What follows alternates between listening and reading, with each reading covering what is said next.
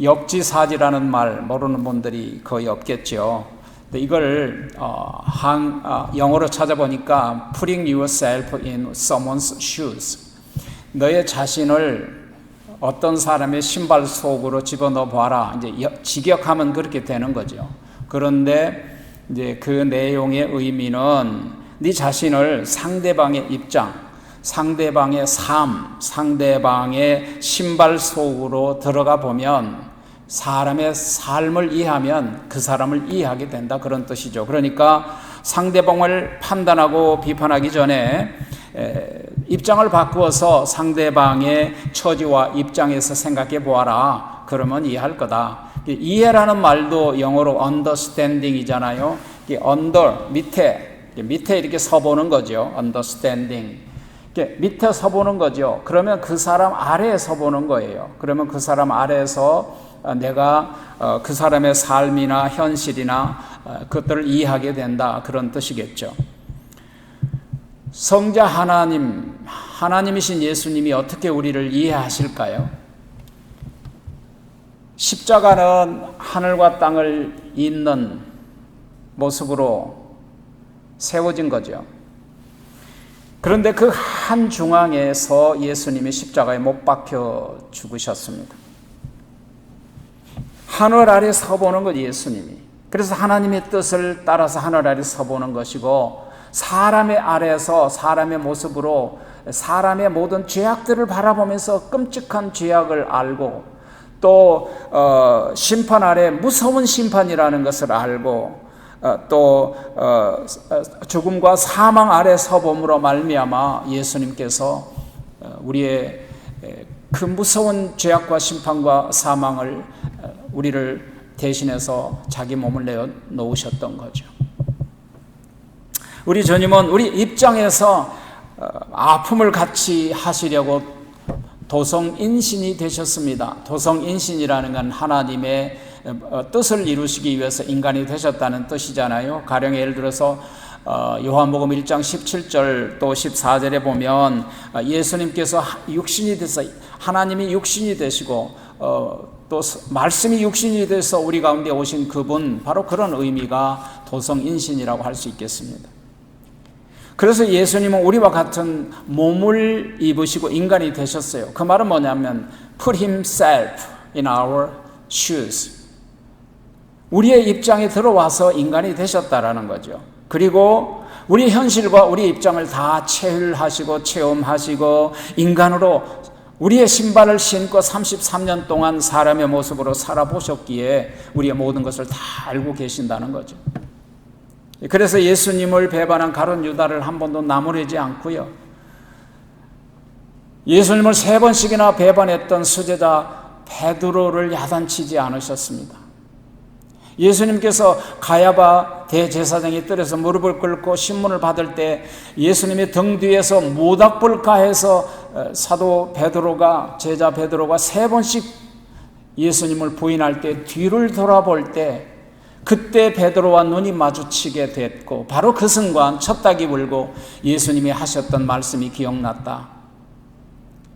첫 닭이 울기 전 네가 나를 3번 부인하리라는 말씀이 생각나서 바깥으로 뛰쳐나가서 견딜 수 없어서 통곡하고 울고 회개했다라고 기록되어 있습니다. 예수님은 우리를 도리어 불쌍히 여기시고 자기의 희생의 피를 우리에게 흘려주신 거죠.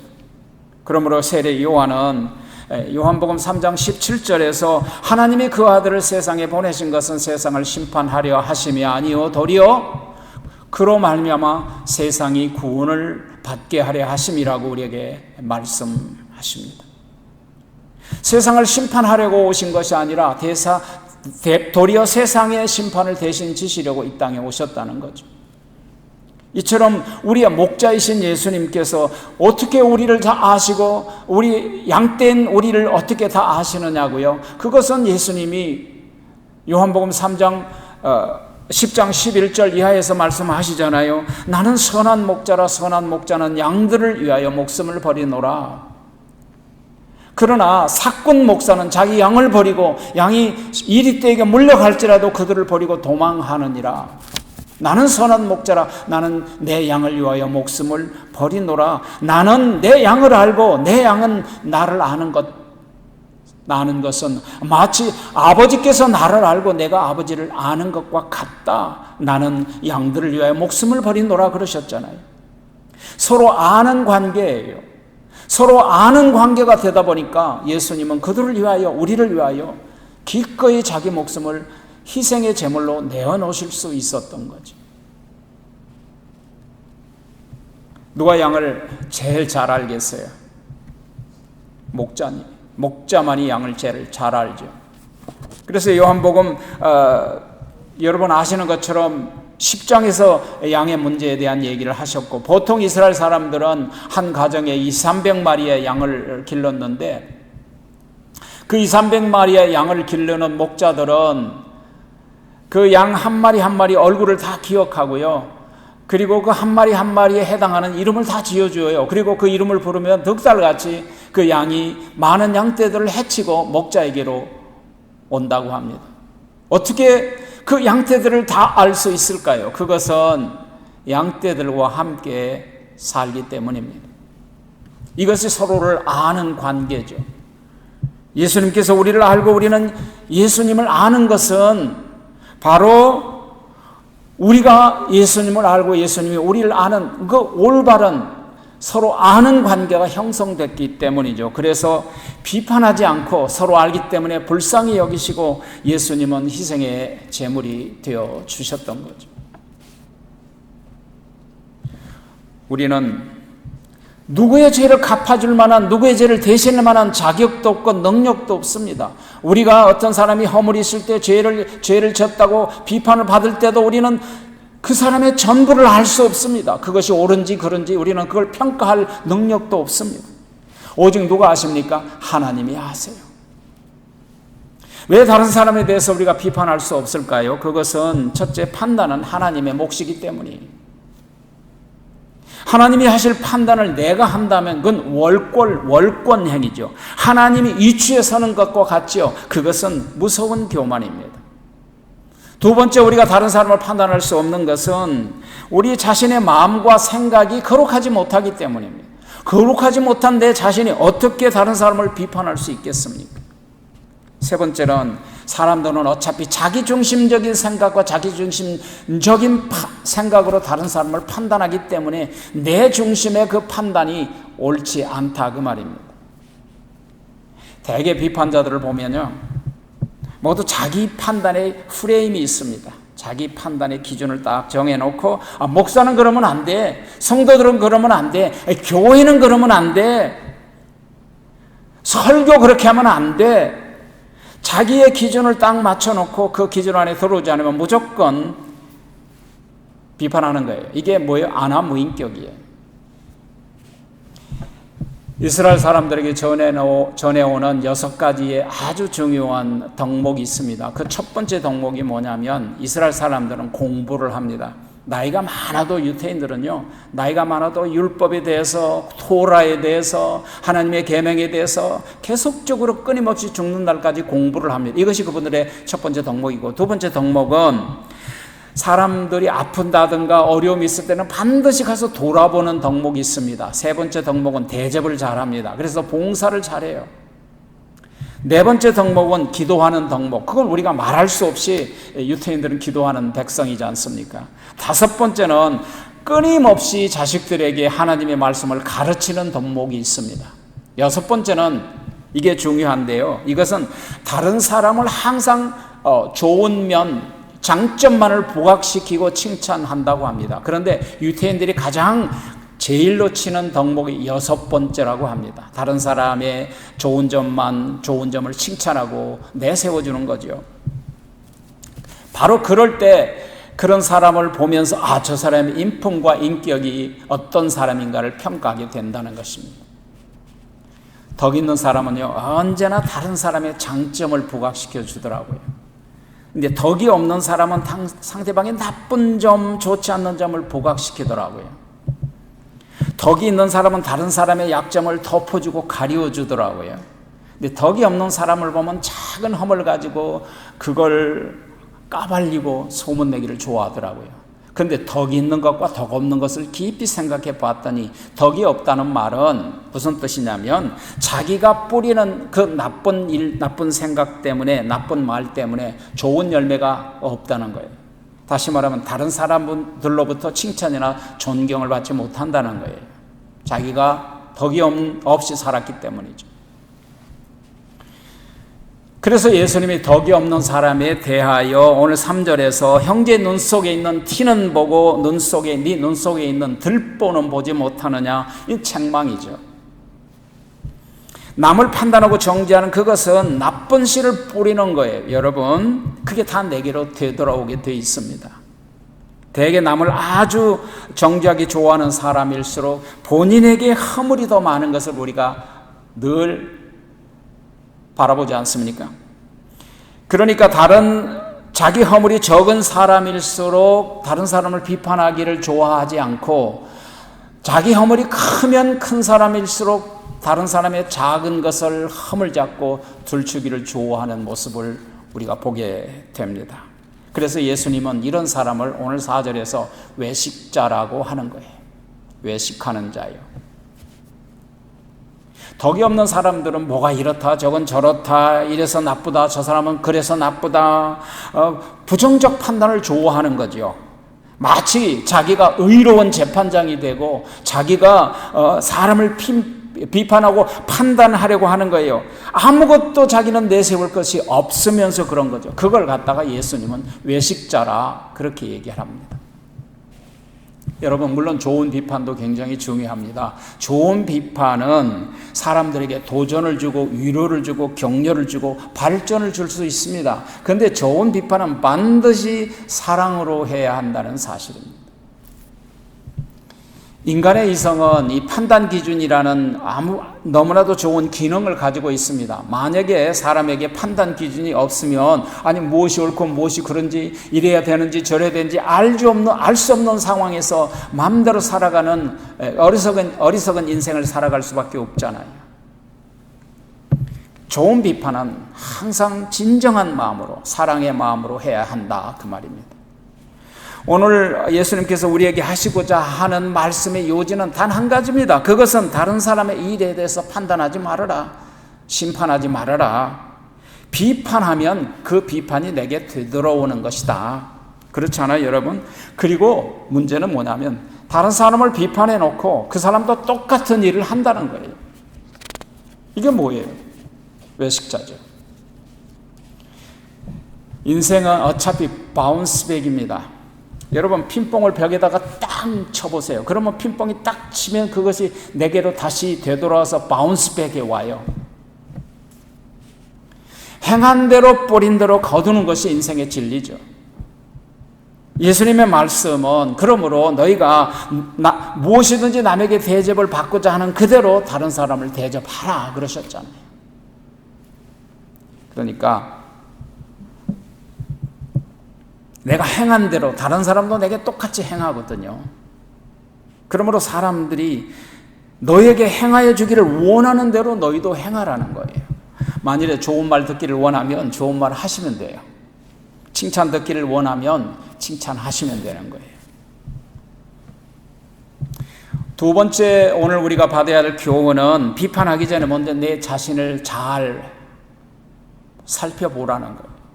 인생은 그리스도인은 늘 자기 자신을 돌아보는 삶을 살아야겠죠. 오늘 본문에서 예수님께서 다른 사람에 대해서 도무지 비판하지 말라고 하는데요. 왜 그러냐면 우리가 첫 번째 다른 사람에 대해서 비판을 하든 다른 사람에 대해서 전부 알지 못하잖아요. 우리가 다른 사람에 대해서는 단편적인 부분만 알잖아요. 우리가 사람의 외모를 볼 때 그 단편적으로 보이는 얼굴이라는 그 외모만 볼 뿐이에요. 그 사람의 마음가짐이라든가 그 사람의 속마음, 생각, 과거 어떻게 내면 세계를 알 수 있겠어요. 그러므로 눈에 보이는 단편적인 걸 가지고 다른 사람을 판단하면 실수하기 쉽습니다. 그것이 죄죠. 두 번째, 왜 우리가 다른 사람을 판단할 수 없느냐면 다른 사람을 판단하는 자격이 있느냐에 대한 문제입니다. 내가 다른 사람의 옳고 그름을 판단할 만한 입장인가? 그래서 예수님께서 3절에 어찌하여 형제 눈 속에 있는 티는 보고 네 눈 속에 있는 들보를 보지 못하느냐고 책망하시는 거죠. 세 번째, 우리가 판단하려고 하는 그 사건이나 그 일에 대해서 제대로 알지 못하고 있는 거예요, 사실은요. 그래서 누가 뭐라 카더라 그러면 그 카더라 그 말만 가지고 사람을 판단하려고, 어리석은 거예요. 팩트 체크를 해봐야죠. 그리고 상대방에게도 그 사실인가를 물어봐야 되잖아요. 어떤 선교사님이 인도에 선교를 갔는데 선교 활동을 갔다 와서 선교 보고를 했어요. 근데 가는 곳마다 사람들이 한심한 일을 하더라고 부정적인 비판을 했습니다.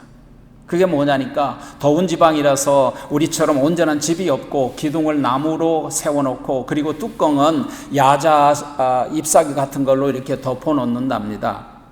그리고 온 가족이 그 안에서 한 방에서 다 함께 생활을 하는데, 음식도 돌멩이 몇 개를 갖다 놓고 냄비를 걸쳐 놓고, 그리고 불을 떼는데요, 그들이 떼는 불은 뗄감은 뭐냐면 소똥이에요. 왜냐하면 인도는 소가 길거리 가면 수두룩빽빽이에요. 그들은 소를 신처럼 신격화하거든. 절대 고기를 먹지 않기 때문에.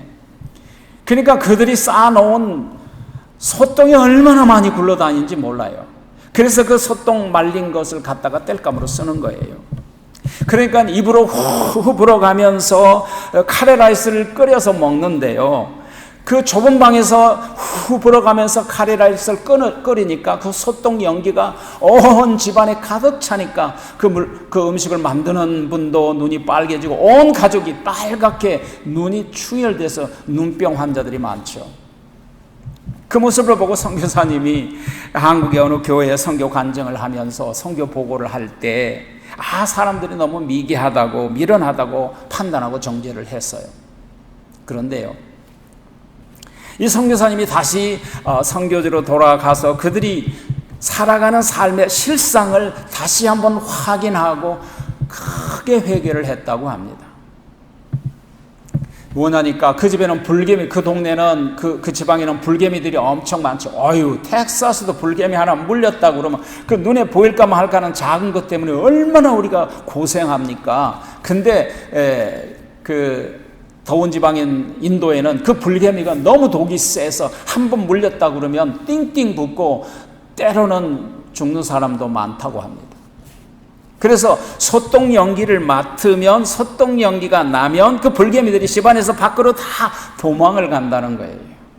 그러니까 이들이 소똥을 쓴 그 이유도 다 생활의 지혜라는 거예요. 그러므로 어떤 사람이든지 다 사정이 있고요, 이유가 있기 때문에 제대로 알지 못하고 비판하면 큰 실수가 되고 그것이 죄가 되는 거예요. 그래서 역지사지하라는 거예요. Put yourself in someone's shoes. 사실을 제대로 알지 못하고 판단하는 우의를 범하지 말아야 되겠죠. 그러므로 예수님은 오늘 4절에서 보라, 네 눈 속에 들보가 있는데 어찌하여 형제 눈 속에 있는 네 들보를 빼지 못하고 형제 눈 속에 있는 티를 빼라 하겠느냐.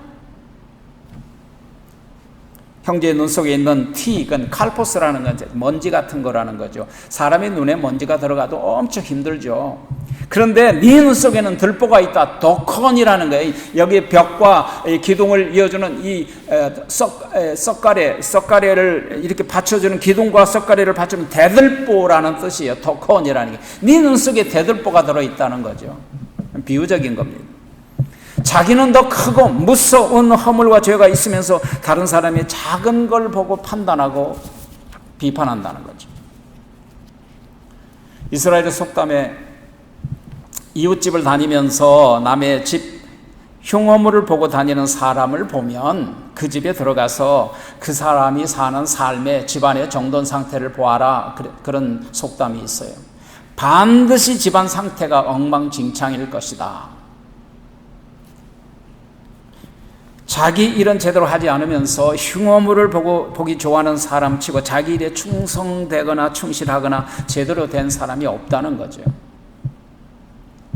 그래서 알라는 거예요. 네 눈 속에 들보를 깨닫지 못하느냐. Know yourself. 세 번째로는 비판하다가 외식한 자가 되지 말자입니다. 그러므로 예수님께서 외식하는 자여, 5절에 보니까 내 눈 속에서 들보를 뺀 후에야 그때서야 비로소 밝히 보고 형제 눈 속에 있는 티를 빼내라 그랬습니다. 외식이란 말은 겉과 속이 다르다는 뜻 아니에요. 가면을 쓰고 대한다는 거죠.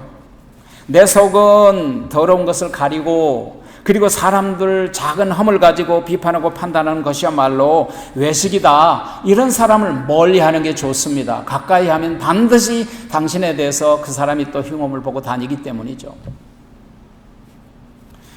그러니까 먼저 자기 자신부터 잘 알아라. 내 자신부터 허물이 없어야 하고 내 자신부터 바로 알고 있어야 된다는 거죠. 그리고 나서 다른 사람 눈 속에 있는 티를 꺼내주라는 거죠. 그래서 예수님이 1절에 결론이 뭡니까? 비판을 받지 아니하려거든 비판하지 말라. 여기서 비판은 criticize라기보다는 judgment를 얘기하는 거예요. 판사가 하는 심판이라는 뜻입니다. 너희가 비판하는 그 비판으로 너희가 비판을 받을 것이요 너희 헤아리는 그 헤함으로 너희가 헤아림을 받을 것이니라. 제가 어떤 글을 읽어봤는데 이런 웃지 못할 얘기가 있더라고요. 만일 누가 일을 끝내지 못하면 게을러서 저 사람이 일 못 끝냈다 그러고, 자기가 끝내지 않으면 내가 바빠서 못 끝냈다 그러고, 만일 어떤 사람이 다른 사람에 대해서 얘기를 하면 저 사람은 수다쟁이라고 말하고, 자기가 다른 사람이 얘기할 때는 나는 건설적인 비판을 하고 있다라고 말하고, 누가 자기의 주장을 하면 저 사람은 고집불통이라고 말하고, 자기가 자기 주장을 할 때는 개성이 뚜렷해서 그렇다 그러고, 누가 나에게 인사하지 않으면 저 사람은 콧대가 높고 교만하고 거만하다고 말하고, 누가 나에게 친절하면 나에게 볼 일이 있어서 잘 보이려고 그런다 그러고, 이게 뭡니까 여러분? 내로남불이죠. 전형적인 외식자예요. 처음부터 끝까지 인간은 자기중심적이고 자기 자신을 잘 알지 못합니다. 나도 나를 모른다고 그랬잖아요. 내 생각이 잘못됐다는 생각을 전혀 하지 못합니다. 이것이 외식자예요. 예수님께서는 제자들에게 하나님의 나라와 의를 구하라고 말씀하셨어요. 6장 하반절에서. 그리고 7장에서는 남을 비판하지 말라고 말씀하십니다. 이게 다 연관이 있는 말씀이에요. 당시 서기관들과 바리새인들은 자기 의를, 자기의 의에, 자기의 판단 기준의 프레임을 가지고 남을 비판하는 자리에 앉아 있었어요.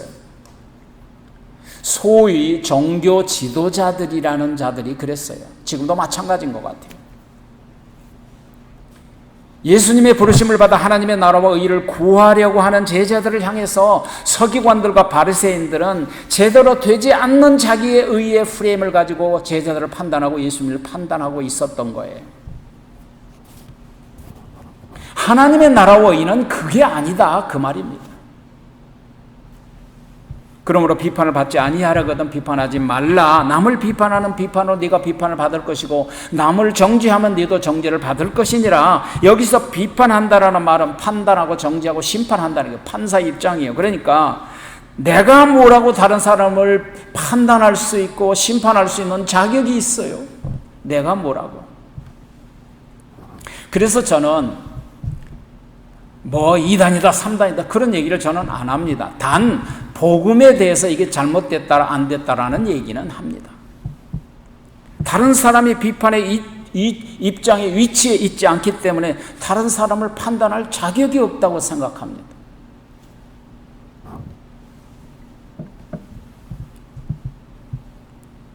또 예수님은 너희가 헤아리는 그 헤아림으로 너희가 헤아림을 받을 것이다.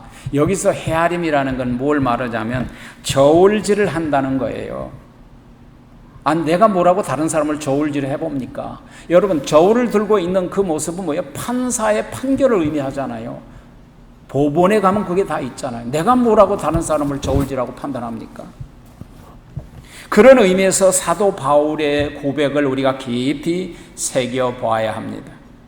고린도전서 4장 3절 이하에 보면 너희들이나 혹은 다른 사람들이 나에 대해서 비판하고 판단하지만 그건 작은 일로 생각한다.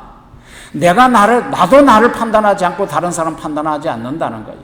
내가 생각하기에 자책할 것이 아무것도 없어도 나는 의롭다함을 받지 못한다 그랬습니다. 사도 바울이.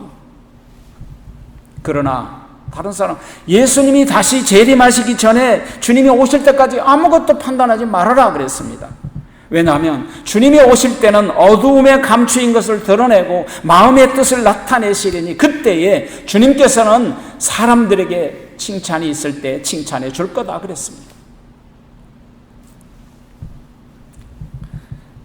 사도 바울은 자기 자신을 비판하는 말을 들어도 그게 대수롭지 않다고 생각하는 거예요. 그리고 그들을 비판하지 않았다는 거예요. 그리고 자기 자신을 생각할 때 내가 자책할 만한 것이 없어도 내가 의롭게 생각하지 않다는 거예요. 왜냐하면 판단은 하나님의 몫이니까. 주님이 재림하시면 다 판단하신다는 거예요. 드러나지 않는 것이 없고 다 감추인 것도 다 드러나고 심판할 자는 심판하고 칭찬할 자는 다 칭찬하시기 때문에 다른 사람 판단하지 말라 그렇게 말씀하십니다. 그러므로 판단은 하나님의 몫입니다.